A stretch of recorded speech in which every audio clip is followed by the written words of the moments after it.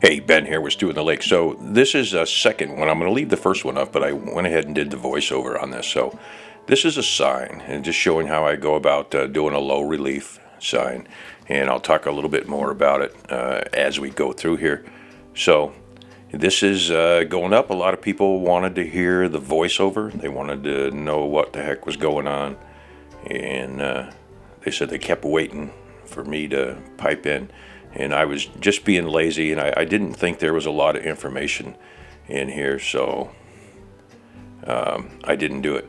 But you can see that I started setting the background in. This is what they call a low relief wood carving. And with this, you have to change the perspective a little bit. But the layout on how I set this up, you can see this is very similar to when I paint landscapes. I'll do landscapes in watercolor a lot of case, and if you're interested in that, let me know. I'll put a couple of those videos up. But it's just a simple lake scene with a loon in the background. When I painted it, I didn't go into the artistic painting part of it. In other words, I didn't have the sun coming down, etc. So here's a small ram carver. It's got a ball bit in it, and I kind of wanted a border on this, so I ran that around and put a little lip in there.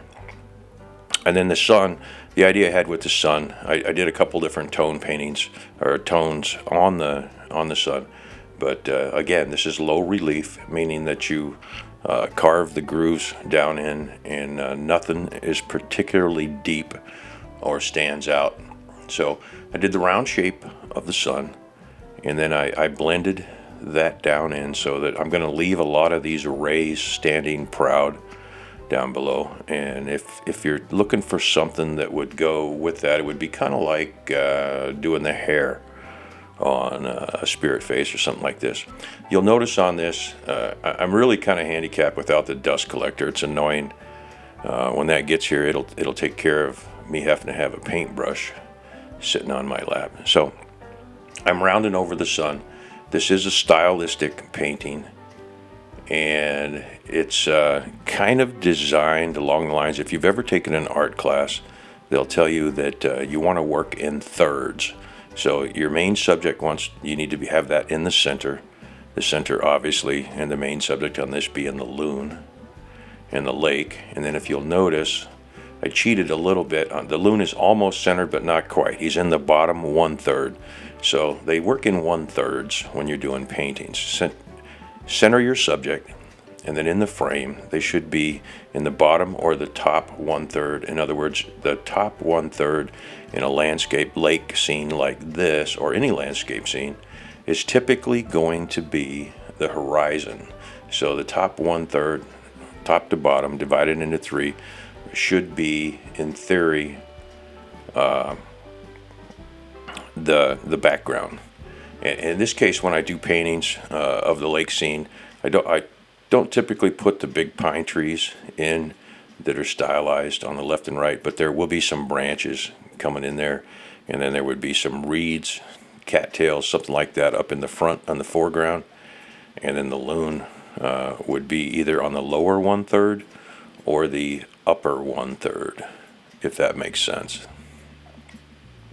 So I'm still using that ball bit, and that is I don't know if that's a Kutzall or a Saber ball. It's an 1/8 inch, because it's in the 1/8 inch collet that's on that small Ram iCube carver, and I'm liking that carver quite a bit.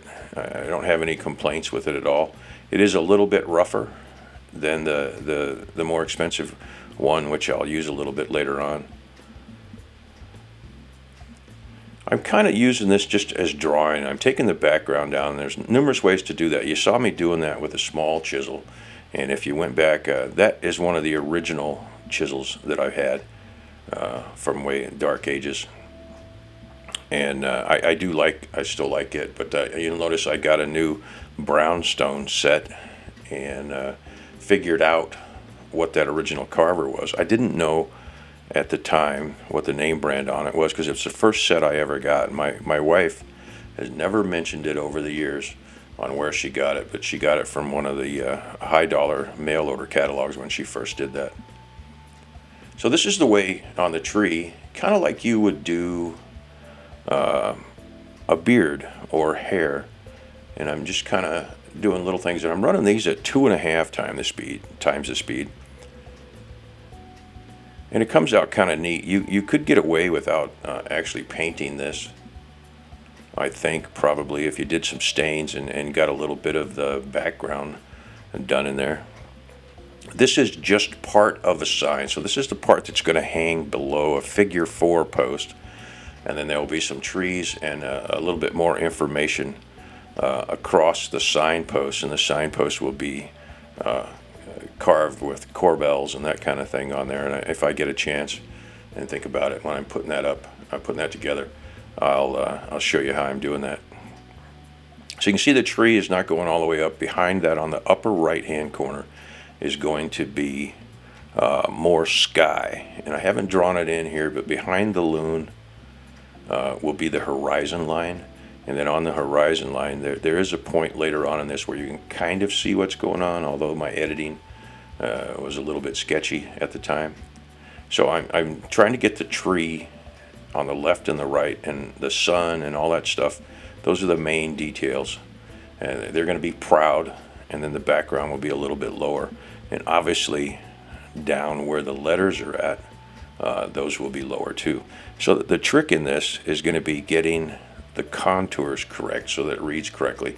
You'll notice I switched to left and right with this as opposed to up and down. That's because I'm going to smooth this out, and the sky is going to be smooth. When we get down to where the lake is not going to be smooth, and I'll go ahead and put that back in with a chisel. You can, with a gouge, I guess, for lack of better reference.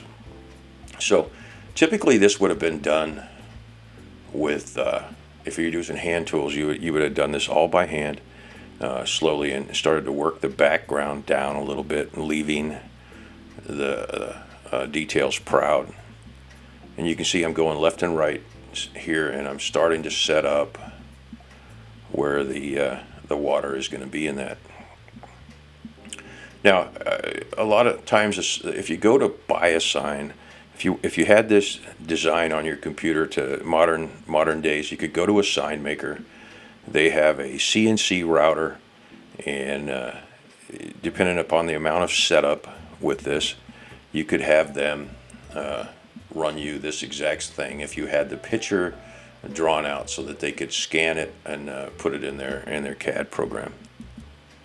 Now, a lot of cases, this is just a piece of standard number 2 pine, I don't know, 12 inches probably in width, that I had around as a scrap, and it saves me from gluing stuff up, and I don't need to use basswood for something like this. This pine actually carved pretty decent, all things considered. There wasn't a whole lot of knots in it. But they could put that on their CNC, and they would make the sign out of an artificial wood or a foam board, which seems to last and stand up really well in the sign world. And if I was doing this with a little bit more high dollar, I would probably gold leaf the letters for sure, and I might even gold leaf the sun, although that's kind of an expensive proposition. I don't think I've ever done a gold leaf video, and I will soon.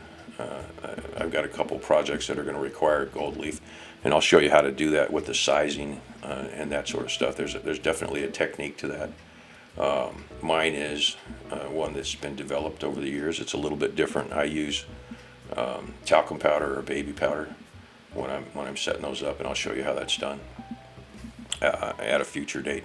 So if you're a subscriber, I thank you, and I appreciate the support. If you're not, go ahead and subscribe. It doesn't cost you anything, and you can certainly help the channel out if you like that way. You can see I didn't spend a whole lot of time, and I made some funky looking numbers on there. I wasn't even sure that this was going to be a video, but it seems like I had it, and I haven't got the back on track to doing the birds that I'm going to do this year. So The next step, of course, this is a diamond ball, and I said it before, but I like the balls because I can go in any general direction with that. If I've got a taper on here, I kind of have to work with the long side of the taper. If I have a ball, I can do this like a pencil and use it as an eraser and just take away the material that I don't like. My wife was making a comment on this, and I guess she's right. She said it's a hummingbird loon because I left the beak long on this, or longer than it would normally be on a loon. I didn't notice that when I was doing it, and it doesn't really matter because it is stylized, and we're just making stuff up. But you can see the way that's laid out, that would be a typical landscape painting. So most of the background is down now, and that's the hardest part. If you were doing a sign, you could do this with a router, and just set your router at different levels if you wanted to get this out. But that takes all the fun of the carving out.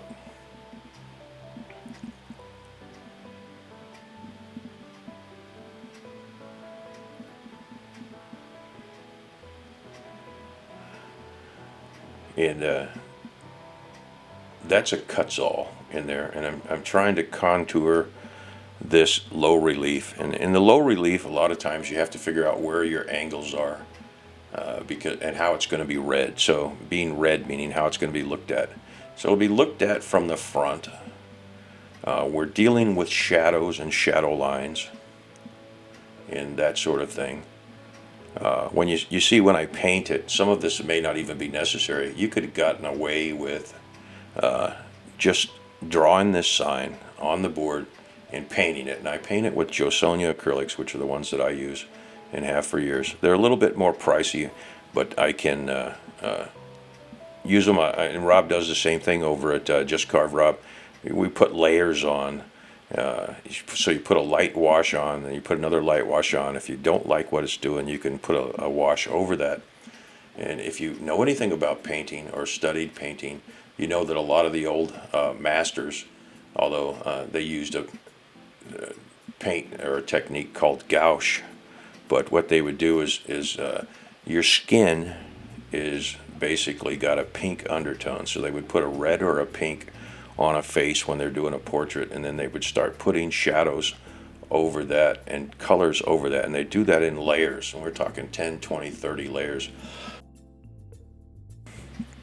over that. So, and then they just keep working it up. At some point, it would, the pink undertones of your skin still show through to some degree, and that's how I paint the competition pieces. I'll put a base on the bird, and you won't really get to see that on the raven because the raven is primarily black. There might be I might put a dark purple or violet underneath him when I get ready to do him, but you won't see that except for perhaps in just a little bit of the tonal change. It doesn't read. Another good example of that, if you want a white, for example, you're doing a snowman, you're doing a swan that's completely white in and of itself, and you really want it to show, you put a little bit of blue in that. If you put a touch of blue in the white, blue as the blue and the white together reads a little bit brighter and still reads as white. So those are painting tricks for you if you're into that. If you're a painter, you probably already know that.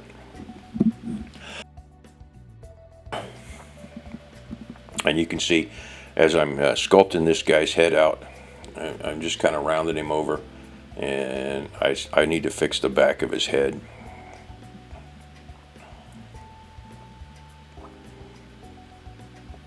I'm not going to put any feathers in there because when I paint him, the paint will take care of a lot of that. And you can see that my background is not level here, and I will take care of that as it goes through.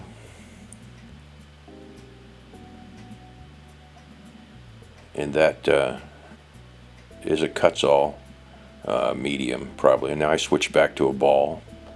So I can round all that up in around in there around his head and get this down there. Keep in mind, a loon's going to have a white apron on the front of him, and then if I were doing this realistically in painting, I would put a shadow, because the light source would obviously be the sun, be behind the loon, and then you would see a shadow of him reflected in the water.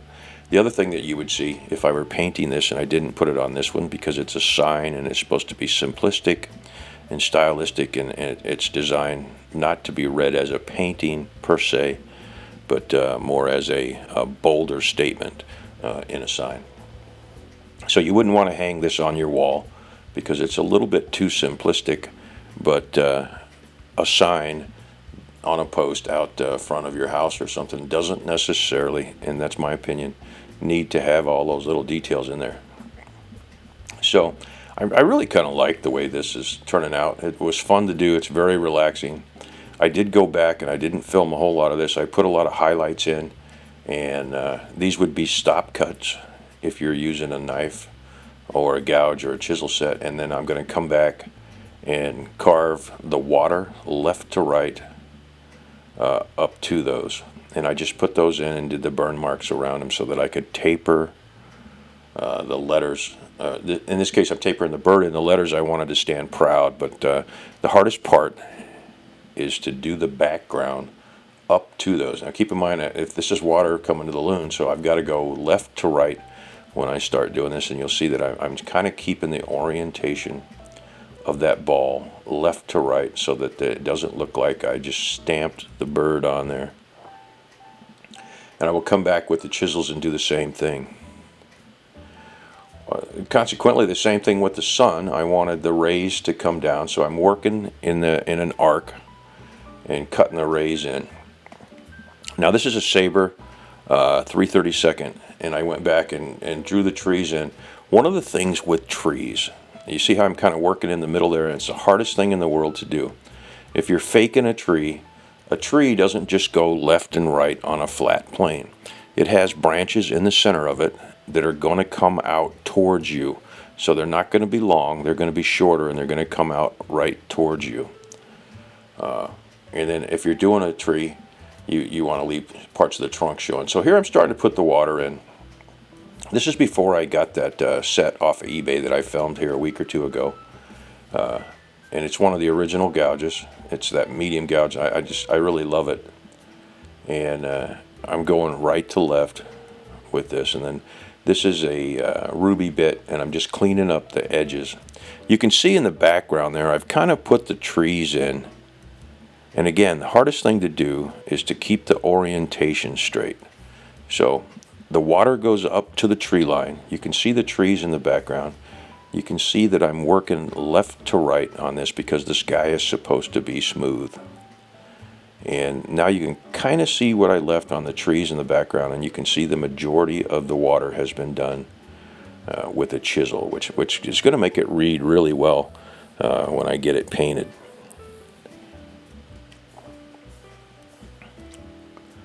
So there's how it's done, and I said I painted it with Joe Sonia, and here's the paint. You can see I don't have shadows in it when I come up, and I don't have a lot of the other stuff going on. But this is a simplistic sign. It was made with bolder, bright colors, and it's meant to stick out. So here's the voiceover on this one. If you watched the other one and you had to go back and painfully watch this one, it's your own fault because you asked me to do the voiceover. So hey, thanks a lot. I hope you enjoyed this. I wasn't sure I was going to put it up. This has been Ben with Studio on the Lake, and like, comment as always, and subscribe, and stand by for more videos. Thanks a lot.